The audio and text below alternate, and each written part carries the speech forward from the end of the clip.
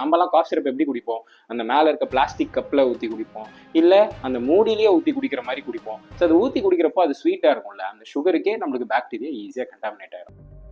சளி, இருமல் போன்ற அறிகுறிகள் உள்ள 2 வயதுக்கு கீழ் உள்ள குழந்தைகளுக்கு ஓவர் தி கவுண்டர் மருந்துகளை, அதாவது மருத்துவர்கள் பரிந்துரை இல்லாமல் மருந்து கடைகளில் வாங்கப்படும் மருந்துகளை கொடுக்கக்கூடாது என அமெரிக்க உணவு மற்றும் மருந்து நிர்வாகமான FDA தெரிவித்துள்ளது. இது தீவிரமான மற்றும் உயிருக்கே ஆபத்து விளைவிக்கக்கூடியதாக அமையும் என FDA கூறுகிறது. உடம்பு சரியாகணும்னு காஃப் சிரப் கேட்டா, காஃப் சிரப்னால ஒரு புது இன்ஃபெக்ஷனே கொண்டு வந்துட்டீங்களே டாக்டர்.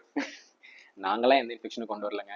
நீங்களே ப்ராப்பரா யூஸ் பண்ண தெரியாம இன்ஃபெக்ஷனை கொண்டு வந்திருக்கலாம். அளவீடு செய்ய வீட்டில் உள்ள கரண்டிகள் அல்லது பிற மருந்துகளில் இருந்து வரும் கருவிகளை பயன்படுத்துவதை தவிர்க்க வேண்டும். பெரியவர்களுக்காக தயாரிக்கப்பட்ட மருந்துகளை குழந்தைகளுக்கு கொடுக்க வேண்டாம், ஏனெனில் இதன் அளவு மாறுபடும்.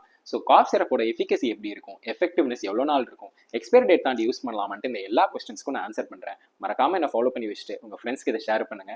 இந்த வீடியோவை சேவ் பண்ணி வச்சுக்கோங்க. ஸோ ஃபர்ஸ்ட், காஃப் சிரப்புக்கு எக்ஸ்பைரி டேட்னு ஒன்று கொடுத்துருப்பாங்க. ஸோ எக்ஸ்பைரி டேட்னா என்னன்னா, ஒவ்வொரு ட்ரக்குக்கும் ஒரு ஆக்ஷன் இருக்கும். அந்த டேட் வரைக்கும் அந்த ஆக்ஷனை ப்ரிவென்ட் பண்ணி வச்சுக்கும். அதுக்கு மேலே போகிறப்போ அந்த ஆக்ஷன் ஒழுங்காக நடக்காது. சம்டைம்ஸ் ஒரு 100 ஒரு 10 இல்லை ஒரு 5 ட்ரக் பாய்சனஸாக அதோட காம்போசிஷன் மாறுறதுனால பாய்சனாக கூட மாறலாம் அப்படின்றது தான் எக்ஸ்பைரி டேட்.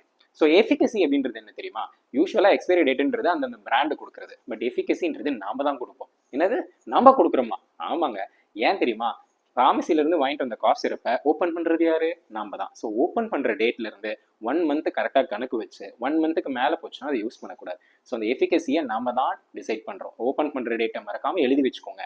1 மந்த் வரைக்கும் யூஸ் பண்ணிட்டு தூக்கி போட்டுருங்க. அந்த 1 மந்த்துக்குள்ள என்ன ஆகும்னா, அந்த இதை நம்ம யூஸ் பண்ணிகிட்டே இருக்கிறப்போ ஈஸியாக பாக்டீரியல் கண்டாமினேஷனோ ஈஸியாக என்ன வேணால் மாறலாங்க. ஸோ அதனால் 1 மந்த் வரைக்கும் தான் அதோட எஃபிகசி ப்ரிவென்டபுளாக இருக்கும். ஸோ அதனால் போய் பெரிய பாட்டில் எதுவும் வாங்காமல் சின்ன பாட்டிலாக வாங்குங்க காஃப் சிரப். எதுவும் ஜூஸ் குடிக்கிற மாதிரி உட்காந்து 1/4 லிட்டர் 1/2 லிட்டர்லாம் வாங்கக்கூடாது. ஒரு 100 ml, ஒரு 50 ml. அப்போ நம்மளுக்கு காஃப் சரியானா போதும். ஒரு வருஷத்துக்கு நம்மளுக்கு காஃப் சரியாகட்டும், ஒரு பெரிய சிரப் பாட்டில் வாங்கி வச்சுக்கலாம். இதெல்லாம் பண்ணக்கூடாது. புரியுதுங்களா? ஸோ அதே மாதிரி தான் குழந்தைங்களுக்கும் அதே மாதிரி தான் அடல்ட்ஸுக்கும் எந்த ஒரு டிஃப்ரென்ஸும் கிடையாது. காஃப் சிரப்போட டோசேஜ் அதெல்லாம் மாறலாமே ஒழிய எஃபிகசி, எஃபெக்டிவ்னஸ், எக்ஸ்பைரி டேட் இதில் எந்த ஒரு மாற்றமும் கிடையாது. இந்த ஃபார்மசிலாம் மாஃபியா பண்ணுறாங்க, இந்த மாதிரி 1 மாசத்துல தூக்கி போட்டால் புது காஃப் சிரப் வாங்கணும்லாம் சொல்கிறாங்க அப்படின்லாம் இல்லை.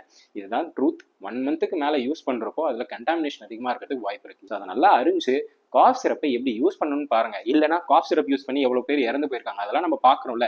ஸோ காஃப் சிரப்பை முடிஞ்ச அளவுக்கு கட் பண்ணுங்க. பட் யூஸ் பண்ணால் ப்ராப்பராக யூஸ் பண்ணணும். இல்லைனா யூஸே பண்ணிடாதீங்க.